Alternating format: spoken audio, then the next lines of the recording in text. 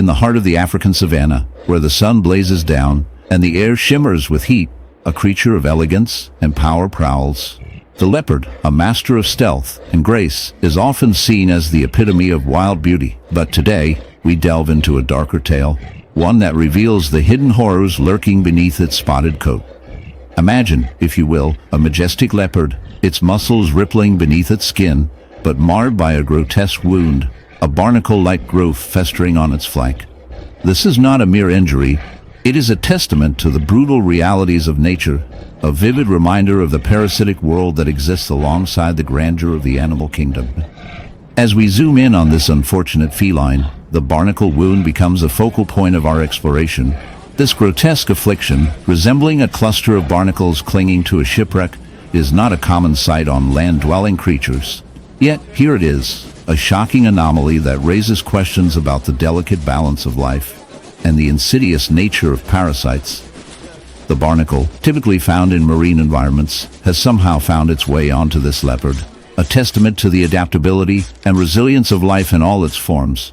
But how did this happen? Parasites are nature's uninvited guests, often thriving at the expense of their hosts. In this case, the barnacle has latched onto the leopard, feeding off its blood and nutrients, creating a grotesque symbiosis that is anything but harmonious. The leopard, once a symbol of strength, now bears the weight of this parasitic burden, its body a canvas of suffering. The barnacle, with its hard, crusty exterior, is in the icy expanse of the Arctic, where the sun barely pierces the relentless cold. A polar bear roams, a majestic creature of the frozen wilderness. But today, this bear is not just a symbol of strength and survival. It is a living testament to the harsh realities of nature, bearing a horrific wound that tells a story of suffering and survival. This is not just any wound. It is a grotesque infestation of barnacles, a sight that would make even the most hardened of hearts shudder. Imagine, if you will, a creature that is the epitome of power and grace, now marred by a grotesque array of crustaceans clinging to its skin, their hard shells glistening in the pale Arctic light. This is the reality for some polar bears, a stark reminder of the fragility of life in a world that is increasingly hostile. Barnacles, those seemingly innocuous little creatures, are more than just a nuisance. They are a testament to the relentless march of nature.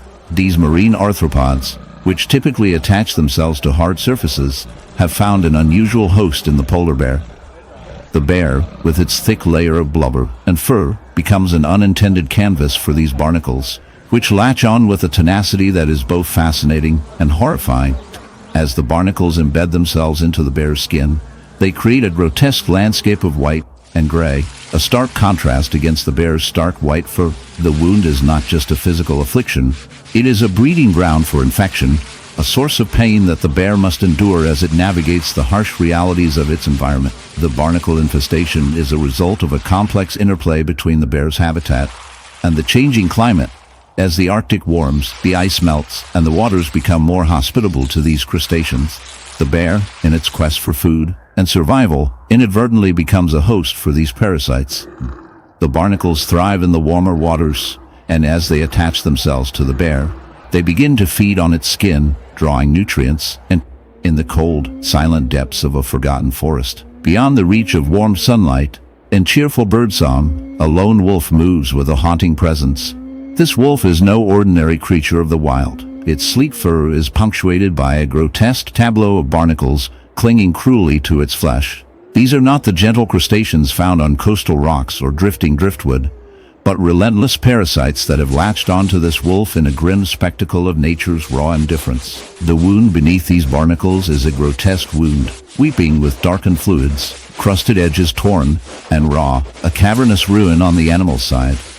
The barnacles embed themselves deep into the tissue, their calcified shells rising like unwanted trophies from a battlefield of flesh, their tiny legs twitching with grotesque vitality. Barnacle infestation is usually an aquatic story, a saga of creatures riding the waves by hitchhiking on whales, ships, or the stubborn rocks of the ocean floor.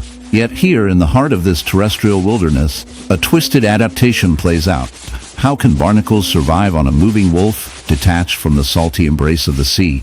The answer lies in a dark intersection of injury and environment. The wolf, suffering from an open wound, perhaps from a violent skirmish or a fatal brush with barbed wire, has unwittingly created the perfect breeding ground for these parasites. Moisture from the wound, mixed with decaying tissue and rich blood vessels close to the surface, provides a marine-like habitat far from the ocean's reach. Spores or larvae, carried by storm winds, attaching themselves to the wolf's injury, finds a grim sanctuary. These barnacles then grow, thriving in this unnatural niche, their plates grinding into the wolf's flesh, feeding on fluids and dead cells in a dance of decay and survival. As you watch this macabre scene, the barnacles aren't just passive passengers. They reshape the wolf's very being. The injured flesh festers, vulnerable to secondary infections. The wolf's movements become slow, painful, a shadow drifting on the edges of death. The barnacle's sharp edges scrape the inner layers of skin. In the frozen vastness of the Arctic's eternal twilight, a solitary polar bear lumbers through the cracked ice, a stark, eerie figure against the snow's blank void. But this is no ordinary bear. This one wears a grotesque badge of natural horror, a festering wound encrusted with barnacles. Those barnacle parasites, not just oceanic hitchhikers, but cruel sculptors of flesh and bone in this unforgiving realm. At first glance, the sight is jarring, jagged white plates embedded like alien armor into the bear's once pristine fur and skin, their calcified shells surrounded by raw, angry tissue that pulses with the dull sheen of persistent infection. Blood mingles with sloughing skin, dripping slowly in the frigid air, a dark testament to nature's indifferent cruelty. Barnacles, often romanticized as harmless crustaceans clinging to ships or driftwood, reveal a far darker personality in the harsh realities of the polar environment. Unlike their seafaring cousins, whose presence is cosmetic, these barnacles have latched onto the polar bear in a toxic marriage born from desperation and altered ecosystems. Their tiny, clawed feet grip painfully into the bear's flesh, drilling microscopic anchors that burrow deeper with every movement. Over time, clusters coalesce into brutal colonies, resembling grotesque coral reefs, glooming grotesquely upon an animal's living body, choking tissue, restricting movement, and creating avenues for infections that undermine survival itself. The symbiosis here isn't mutual. It's a slow, relentless siege, a parasitic occupation that transforms the majestic into the macabre. These barnacle infestations result from a perfect and tragic storm.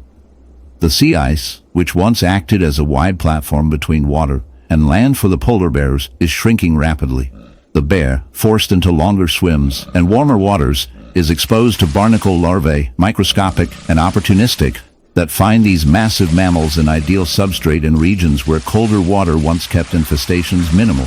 The bear's thick insulating fur and skin, meant to act as armor against the bitter cold, paradoxically trap moisture and create a humid, sheltered environment ripe for barnacle settlement and growth. The wounds begin almost invisibly, tiny itches and abrasions, but escalate into festering sores as the crustaceans multiply, their sharp appendages abrading and embedding beneath the skin's surface. The physiological toll on the bear